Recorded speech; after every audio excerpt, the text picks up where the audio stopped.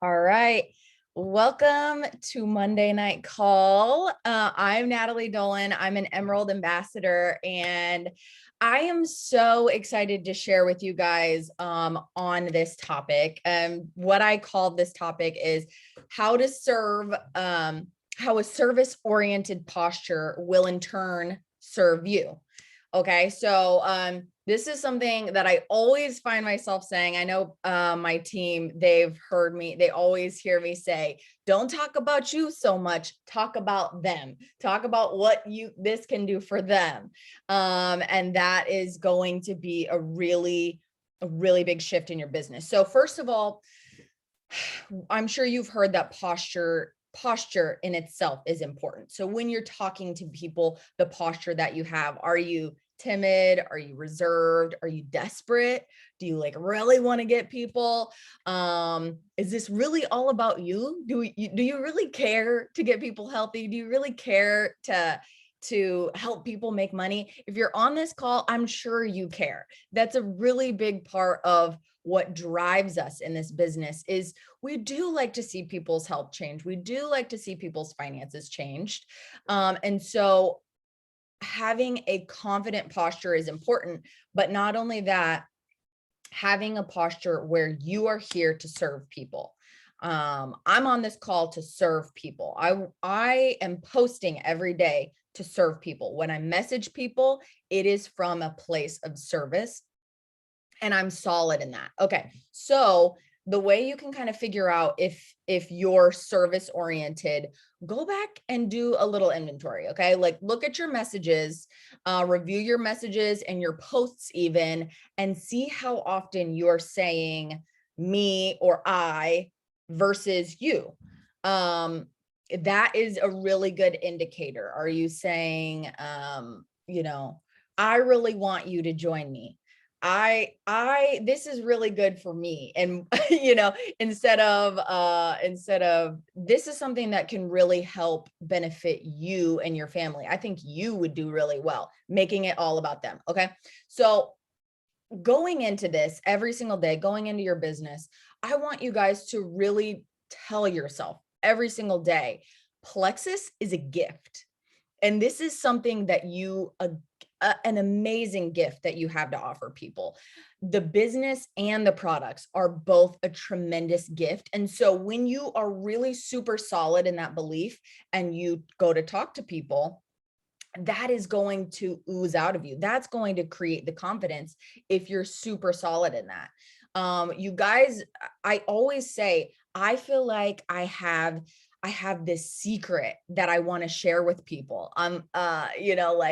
If you would just listen and get a little closer and open up, I will tell you this secret. It is not a lottery ticket, but it is a golden ticket, and it is the answer to people's prayers. Okay. Like, people are going to bed at night worried about their health and their finances. Okay. And so we're looking for people who are open-minded and want what we have so that we can serve them and show them what a gift this is. Okay. What I want y'all to know is that this is a people business. Okay. Like, yes, these are health products, but this is primarily a people business. And what that means is that it's our job to learn the people skills. Yes, it's a relationship business. It's a people business. We are in the business of learning how to talk to people, how to communicate with people, how to serve people better. That's why we're here. Okay.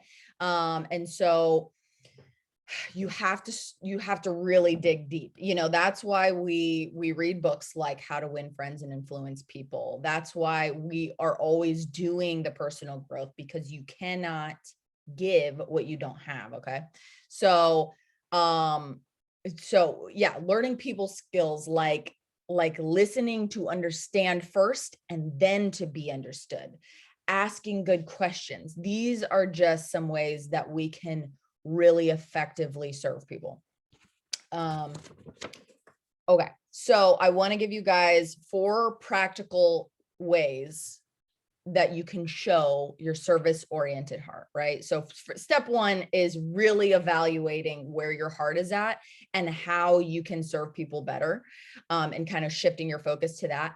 But here's 4 different areas that you can practically show your service-oriented heart and what that really looks like, okay? So number 1 is showing your service-oriented heart through your posts. It all starts with how you are putting yourself out there. That's where it starts, right? Most of people are seeing our posts, and that's kind of their first encounter with us, unless we message them before they've ever seen anything of ours. But our posts are our representation of who we are and our heart towards other people. So in your posts, you want to always be adding value to people. When you're posting, ask yourself, does this add value? Because if you're adding value to people, then you are serving people. If you spent 30 minutes really constructing a valuable post, you just served people. That was a great use of your time because you just served some folks, by giving tips, by encouraging, by sharing a story that people can connect with, solving their problems. Okay. So this is both personal posts and plexus posts, and that should be a really healthy mix. Okay. But you're going to want to solve people's problems with your posts. So talking to people, saying, hey, mama, I see you. I see that you're tired. I know that you're craving a nap. I know that you're dreading making dinner today. That used to be me. And I am just beyond thankful that I found a solution to that problem. I get you. I know where you are coming from, and I'm here to help. That is coming from a place of solving a problem and serving. Okay. Another way to connect with people through your posts, serve people through your posts, is connecting vulnerably. When you share vulnerably, this helps people to feel, hold on, so I think somebody's unmuted. Make sure everybody is muted. Maybe it was me. I don't know. Okay. So, connecting vulnerably helps people to feel seen, heard, understood, known, and that's a way that you can serve people. Again, I've said this before and I'll keep on saying it, use the word you to connect with people. You want to use the word you, and that is going to draw people in so that you can serve them. Offer samples. That's a great way to serve people, and show periodically you should be doing that. Yeah. And so the next one is, the next practical way to show a service-oriented heart is through your messages and your calls. So we're going through every step really of what working this business is and how you can serve people through all of these steps. So in your messages, when you reach out to people, one second. Here we go. You can, when you're messaging people and you have this service-oriented posture, this gives you extra confidence. So when you are talking to people, hey, I'm offering a gift. If they don't want it, it's like, for me, like, oh my, you don't care about your health. You don't want this gift. It's a shock. It should be a shock to you guys too. And so what you want to do, and a good way to serve people through your messages and phone calls. So whether you're doing a 3-way call, whether you're cold messaging somebody, ask good questions. Genuinely take an interest. If you really care and you really want to help people, you're going to ask a lot of questions. If they say, they've really been struggling the past year, you don't breeze through that. You take an interest and you say, tell me more about that. What's been going on? And a lot of the time, this will really open up a door to a whole different part of their life, but you still serve them and you still love on them. And what I found is, even if they don't buy plexus from me, they usually end up coming around, whether it be months or years later. If you just serve people and love on people, they end up coming around. And that's not the motive, but that is the result. That's like the harvest that you reap eventually. And so ask good questions, genuinely take interest, and be a friend, right? Like Chris Rosencrantz says, treat people like family. I love that. And that I really took that to heart. Okay. So here's something that some of y'all really, really, really need to hear. Okay. You want to listen more than you talk with all of your interactions. Some of y'all are talking too much. If you really want to, there's this really amazing quote where it says, being heard is so close to being loved that most people cannot tell the difference. Simply by listening to people and asking good questions, you are making them feel loved and validated just by listening. You should make that even a goal when you're out with people, when you go to a birthday party, you talk and you ask and you engage. And that is a way that you serve people. And then and that's another way that you'll win people over, just by listening more. So ask yourself, really, do I listen more than I talk? There's a reason why we have 2 ears and 1 mouth, right? That's why God created 2 ears, right? And so when you're talking to people and you're asking good questions and you're listening really well, you want to be empathetic. You want to relate to people and then offer solutions. And these are all ways of serving people. When you're messaging people, don't say, I want you to be on my team. I think you would be a good fit for me. You want to say, hey, I really think you would be so successful doing this. I think this would really bless your family. Is this something that you might be looking for? And that takes the focus all onto them and how you can serve them and how you can connect them to this thing that will change their life if they're open to it. Okay. So number 3 is, the third practical way to show a service-oriented heart is in your follow-up. Okay. Following up with people is a blessing to them. When people follow up with me, I love it. And so what I hear a lot of people say is they feel like they're bothering people. They don't want to follow up. They feel that, people are going to get annoyed or feel bothered. No, I love it when people follow up with me. I am so happy that they followed up with me because it's one less thing that I have to remember. It's one thing off of my list, and it builds my trust in them. And I feel like this is somebody I can trust. This is somebody I could do business with or whatever.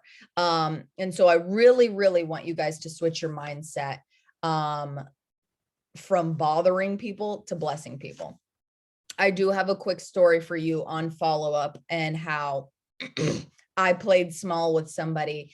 And okay, so the story is, last year I was following up with this girl, with this girl, and she, kind of came to an event, and she just kind of couldn't make up her mind.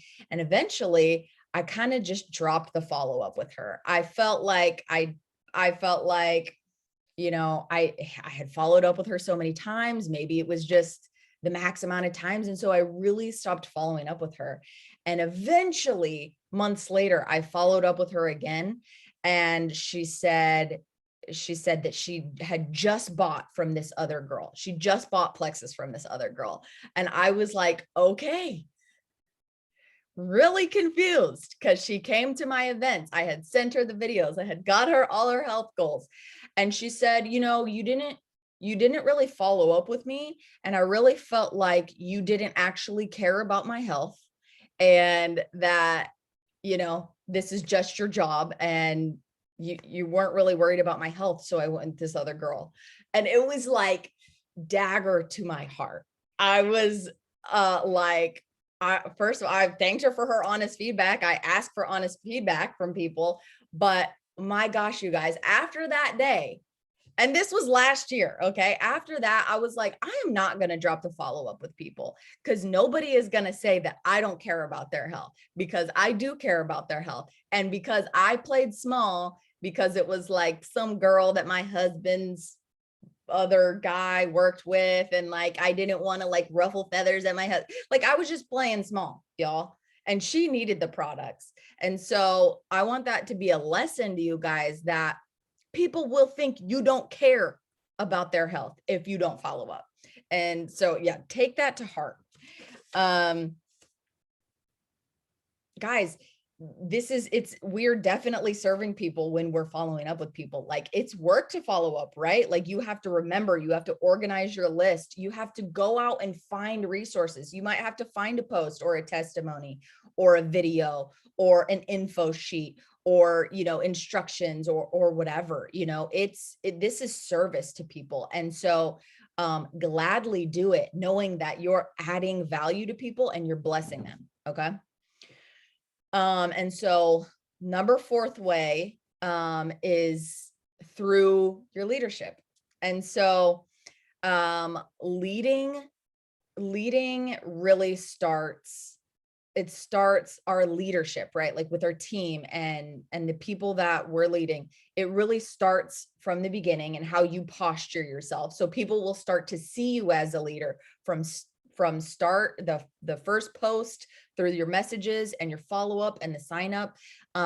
Leading from a place of service is the heart of leadership. So if you want to lead well, you have to serve well.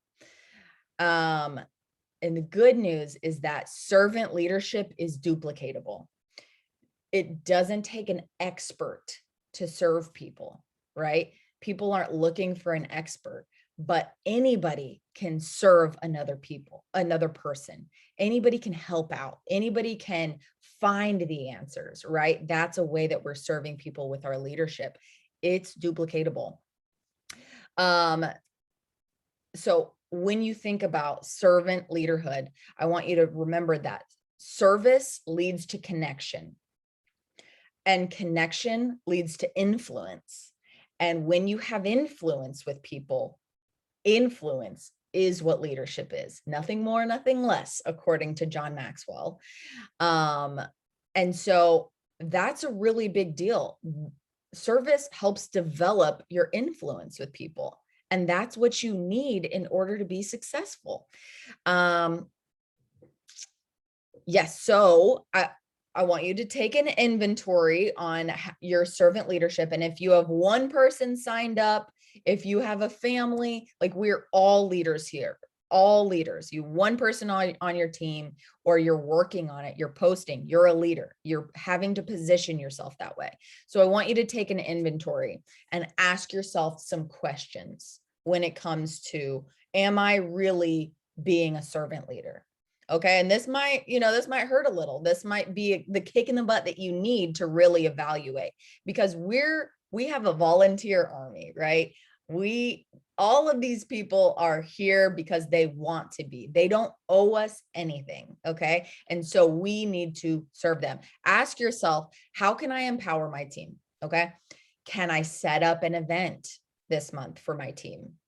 Can I do regular coaching calls? Can I get on a better schedule to do regular business calls and coaching calls with people? Can I just be a really great listener? Can I watch some videos on how I can listen better? Can I take more intentional time to dig deeper with people?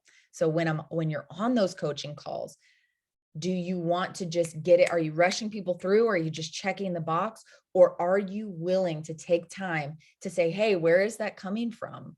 This is what I'm hearing. Is that, like, tell me more about that. What's your mindset going on behind that? Next, you can ask yourself, can I help my people map out their goals? Can I teach them how to map out their goals? Can I give them a leadership opportunity? Can I create a leadership opportunity to give to somebody? Can I find a video or a podcast to empower or encourage more people? These are all ways that you can be serving your people. Again, can you vulnerably share a part of your story with people to encourage? And lastly, really, can I read a book so I can add more value? Like I said before, you cannot give what you do not have. So if you're sitting around thinking that personal growth is a waste of time, there's no point, you're good, you just need to do, that is not the case. You have to pour into yourself and make yourself so valuable that you have value to give, lots and lots of value to give. Even if it's not an area that you might struggle with, somebody on your team is going to struggle with it, and you need to have some solid answers and some solid resources for them.